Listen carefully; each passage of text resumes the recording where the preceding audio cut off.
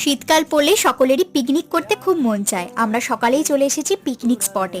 এখনো আমাদের কেউই এসে পৌঁছায়নি। তিনজনে মিলে একটা জায়গা খুঁজে বার করলাম যেখানে আমরা পিকনিকটা করব।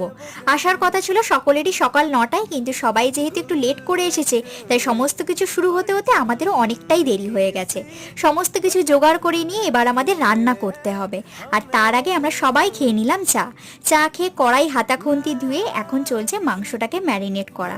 আর এটা হয়ে গেলেই আমরা পকোড়া ভাজা শুরু করে দিলাম। তারপর যে যেমন পারলাম আমরা গরম পকোড়া প্লেটে করে নিয়ে খেলাম। আর তোমাদের তো এটাই বলা হয়নি, আমরা সবাই স্কুলমেটস। অনেকদিন পর আমাদের হঠাৎই ইচ্ছা হলো একটা পিকনিক করব, তাই আর কি এখানে আসা। যদিও অনেক বন্ধুরাই আসতে পারেনি, তাই যে কজন আমরা ছিলাম সেই কজন মিলে আমাদের এই ফিস্ট। এই পিকনিকের সমস্ত ক্রেডিটটাই ছেলেদের। রান্না থেকে শুরু করে সমস্ত কিছুটাই ওরাই দায়িত্ব নিয়ে করেছে। শেষে দীপের জন্মদিন সেলিব্রেট করে আজকের দিনটা আমরা খুব আনন্দ করে কাটালাম। দেখা হচ্ছে অন্য একটা ভিডিওতে। বাই।